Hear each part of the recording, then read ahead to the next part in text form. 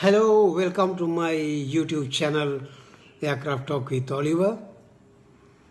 Today I'm going to explain who has the right way of landing when two aircrafts are approaching for landing. The aircraft got distress signal, have the right of way for landing over all other aircraft. The other one is the lowest altitude aircraft got the right of way for landing. So the priority is the aircraft with the distress signal.